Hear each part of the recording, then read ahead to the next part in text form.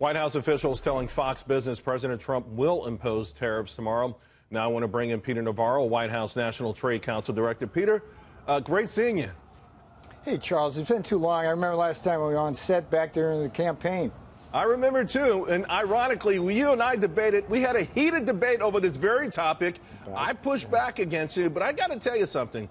The more and more the establishment says that you're nuts, the more and more that all of these elites on both sides of the aisle think that this is a bad idea, I've been thinking maybe Peter's onto something. Explain to the audience, because they've been watching the same TV. And every time they turn on TV, someone says that Navarro and President Trump are going down the wrong path with tariffs. Look, this is pretty simple in this case. We've got an aluminum and steel industry. The president has said quite clearly and correctly, we can't have a country without those two industries. The fact of the matter of both of them are on life support. The aluminum industry in particular. Since 2013, we've lost 6 smelters. We've only got 5 left. Only 2 of them are operating at full capacity. We only have 1 that makes the high purity aluminum we need for our defense applications. In another year or 2 or 3, if we don't do anything, that's going to be gone, and we're not going to have a country. So what this is, this is something we've looked at for months, debated for months, and it's a very measured approach. We're going to have 25% tariffs on steel, 10% on aluminum. Our good friends north and south of the border, Canada and Mexico, are going to be given an opportunity to negotiate a fair trade deal for NAFTA, which would be a great bonus for what President Trump's doing. If we get that, they won't receive the tariffs. And we're going to open this up for our allies to just see if we can work through this problem. But tomorrow, bottom line, going to be a good day for America. So let me help me flesh it out. It's signed tomorrow.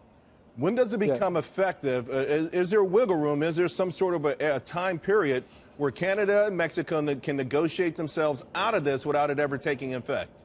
Oh, yeah, that's built right in. We're going to be 3:30 in the Oval Office with a bunch of men and women from steel country and aluminum country coming in to see the president. We'll be honored by that. He'll sign the proclamations, and within about 15 to 30 days, the tariffs go into effect. The proclamation will have a clause that does not impose these tariffs immediately on Canada and Mexico, and it's going to give us an opportunity, and one of the best guys in this administration, Ambassador Robert Lighthizer, the opportunity to negotiate a great deal for this country. And if we get that, then all's good with Canada and Mexico. Let's talk about NAFTA then, because we saw the trade deficit today. In fact, month over month, it increased 65% with our neighbors in the north. Yesterday, we heard that Mexico's automobile shipments to America up almost 10%. They're certainly enjoying the fruits of NAFTA, and we don't begrudge them for that. But how do we get them to really understand and sort of admit and make some changes here? Well, one of the beautiful things about President Donald J. Trump is that talking about getting tough has already slowed down investment in Mexico and things like auto factories.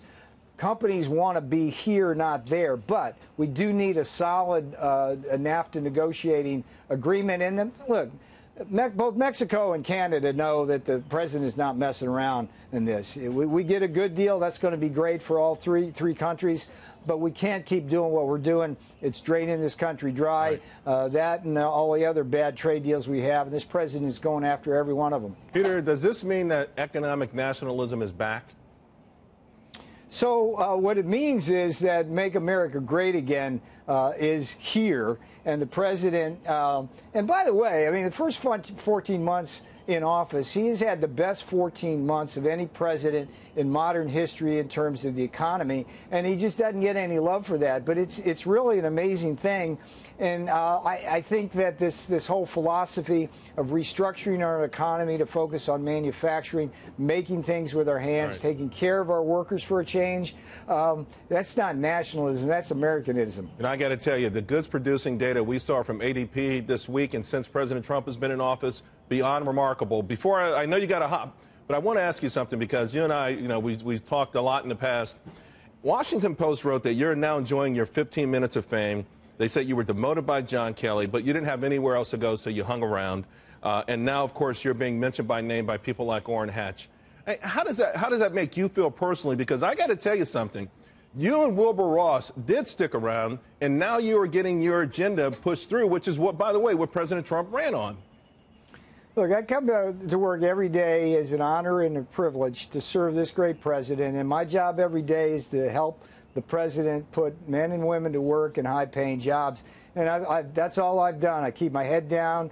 I stay on task. And right now, tomorrow, it's going to be a good day for America. But you know, my office works on a lot of things. We house the Buy America plan, right, and we're doing a great job across the bureaucracies. And I'm doing some great stuff with the help of the president and the vice president on the defense industrial base. And someday we'll talk about that too. Peter, anytime you want. Peter Navarro, thank you very much. Charles. Congratulations. Appreciate it. Good to talk to you.